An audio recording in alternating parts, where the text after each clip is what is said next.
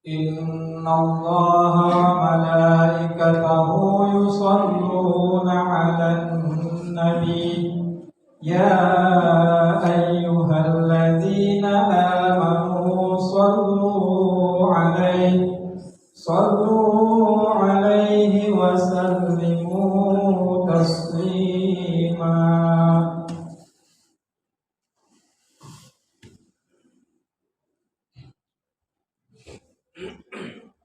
Assalamualaikum warahmatullahi wabarakatuh.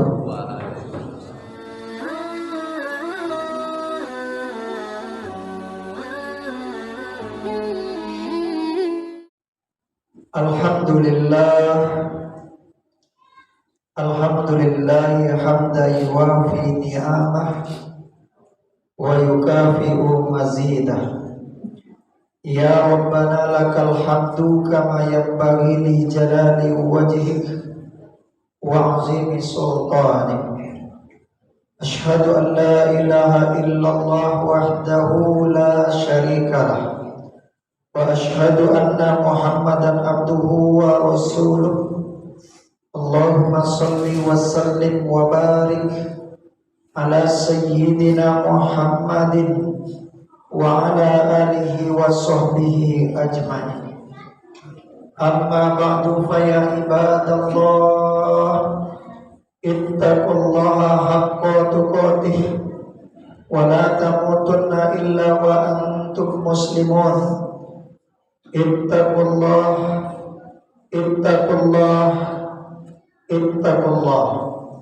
Summa qala Allah ta'ala fil Qur'anil Karim, a'udzu billahi minasy syaithanir rajim. Bismillahirrahmanirrahim. Ya bani Adam, khuzu zinatakum inda kulli masjid wa kulu washrabu wa la tusrifu innahu la yuhibbul musrifin. Shadaqallahul azim. Kaum muslimin jemaah Jumat yang dimuliakan Allah Subhanahu wa ta'ala, alhamdulillah, puji kepada Allah Subhanahu wa ta'ala atas segala nikmat-nikmat Allah yang tak putus-putusnya untuk kita. Yang kurang adalah syukur kita kepada Allah Subhanahu wa ta'ala. Dalam Al-Quran dinyatakan wa qalilun min ibadiyas syakur. Sedikit sekalilah hamba-hambaku yang pandai bersyukur. Dan salawat beri salam kepada Rasulullah sallallahu alaihi wasallam dengan mengucapkan Allahumma shalli wa sallim wa barik ala sayyidina Muhammadin wa ala alihi wa sahbihi ajma'in. Ketika kita bersalawat kepada Rasulullah sallallahu alaihi wasallam, insyaallah nanti kita akan mendapatkan syafaatnya. Kata ulama, setidaknya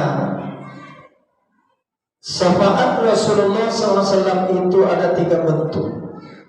Yang pertama adalah memasukkan umat ke surga tanpa dihisab. Yang kedua, memasukkan umat ke surga yang awalnya dinyatakan akan masuk neraka, akhirnya masuk surga. Dan yang ketiga adalah memasukkan umat ke surga yang awalnya sudah masuk neraka, lalu syafaat Nabi, akhirnya mereka dimasukkan ke surganya Allah Subhanahu wa ta'ala. Kaum muslimin yang dimuliakan Allah Subhanahu wa ta'ala, dan tak lupa khotib pesankan kembali kepada kita bersama, marilah selalu kita bertakwa kepada Allah Subhanahu wa ta'ala. Karena kata Allah, wa tazawwadu fa inna khairaz zadi taqwa. Berbekalah kamu, bekal yang paling bagus adalah takwa kepada Allah Subhanahu wa ta'ala. Dan kata Rasulullah SAW, ittaqillah haitsuma kunta. Bertakwalah kamu dimanapun kamu berada. Kaum muslimin yang dimuliakan Allah Subhanahu wa ta'ala, pada Jumat ini judul khutbah yang ditetapkan MDI Kota Pekanbaru adalah hidup sederhana dalam Islam. Kaum muslimin yang dimuliakan Allah Subhanahu wa ta'ala, kesederhanaan adalah sesuatu hal yang penting. Ketika seseorang tidak sederhana dalam hidupnya, maka setidaknya ada dua hal yang akan terjadi. Pertama, israf. Yang kedua, tabzir. Apa itu israf? Menggunakan sesuatu melebihi apa yang dibutuhkan. Sedangkan tabzir tidak memanfaatkan sesuatu yang seharusnya dimanfaatkan. Kaum muslimin yang dimuliakan Allah Subhanahu wa ta'ala, maka dalam ayat tadi dinyatakan, wahai manusia, uzu zinatakum inda kulli masjid. Ambillah zinatakum inda kulli masjid. Perhiasanmu ketika masuk di setiap masjid. Maknanya adalah tutuplah auratmu ketika akan sholat. Wa kulu washrabu wa la tusrifu innahu la yuhibbul muslimin. Makanlah dan minumlah wa la tusrifu. Janganlah israf. Allah tak menyukai orang-orang yang israf. Terlalu banyak makanan itu kita nikmati. Contoh, orang satu piring cukup, ini 2 piring nambah juga lagi. Ini namanya israf. Sedangkan mubazir, ya, diambil banyak lalu kita buang. Apalagi hari ini kebutuhan pokok mahal, beras mahal, cabai mahal. Maka kita diajak sederhana saja. Karena kalau sederhana, insya Allah mendatangkan kesehatan dan mengirit biaya. Kaum muslimin dan muliakan Allah Subhanahu wa ta'ala, Islam mengajarkan kesederhanaan. Bahkan dalam beruduk, kita diajak beruduk itu minimal sekali sah dalam fikih, ya, tapi disunahkan 3 kali. Ini yang sunnah. Tapi jangan tambah yang keempat dan yang kelima. Jangan, bisa kita logikkan. Kalau 3 kali aja disuruh, berarti lebih bersih. Saya akan buat 5 atau 7 kali. Tidak begitu. Maka lebih dari 3 kali ini sudah makruh. Dan dalam pemakaian air, dalam fikih, dalam Islam itu tidak boleh terlalu banyak memakai atau israf, atau terlalu banyak terbuang air tanpa dipakai. Contoh, kita hidupkan keran, kita cerita, air terbuang, mubazir. Kita beruduk, cuci muka aja habis air 1 ember, atau lama kali cuci muka. Padahal ya, 1 gayung itu sudah bisa insya Allah 3 kali. Ya, 3 kali bisa insya Allah. Bahkan bisa, masih sisa. Walaupun kata Nabi kalian beruduk di tepi sungai ataupun di tepi laut, di pantai, maka tetap tidak boleh berlebihan. Ini Islam mengajarkan tak boleh berlebihan. Kaum muslimin yang dimuliakan Allah Subhanahu wa ta'ala, bahkan dalam hadis lain dinyatakan oleh Rasulullah, ya, bersedekahlah, ya, tapi jangan berlebihan juga. Maknanya apa? Dalam ayat pun disampaikan, dijelaskan oleh Allah, wala tabsutha kullal bast. Jangan terlalu banyak diberikan ke orang lain sehingga nanti takutnya setelah kita beri untuk kita tak ada. Atau bapak nyumbang banyak silakan, tapi di rumah nanti beras tak ada, anak mau belanja duit tak ada. Maka dalam memberi pun ya sederhana, ya, kecuali semuanya siap untuk itu, seperti Sayyidina Abu Bakar Siddiq radhiyallahu anhu. Beliau bawa, dengan apa ditinggalkan keluarga? Dengan Allah dan Rasul. Ya, ini siap untuk itu. Kaum muslimin yang dimuliakan Allah Subhanahu wa taala. Bahkan dalam surah Al-Baqarah ulama menjelaskan ayat wa mimma razaqnahum yunfiqun. Wa mimma, sebagian dari apa yang diberikan Allah anugerahkan, infakkan.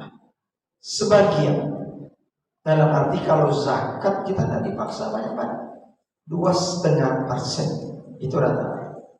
Kaum muslimin yang dimuliakan Allah Subhanahu wa taala, dalam memberi tanggung jawab infak kita kepada anak kita, nafkah kita, ya, jangan dibuat terlalu banyak sehingga anak kita merasa mewah, akhirnya ya dia cara hidupnya tak sederhana lagi, sesuai kebutuhan anak kita. Wa mimma razaqnahum yunfiqun. Ini jelaskan ulama dalam kitab tafsir, di antaranya tafsir Imam Ar-Razi, ya, bahwa di sana mimma razaqnahum yunfiqun itu ada zakat di sana, ada sedekah di sana, ada infak terhadap nafkah terhadap diri sendiri dan terhadap keluarga. Kaum muslimin yang dimuliakan Allah Subhanahu wa taala.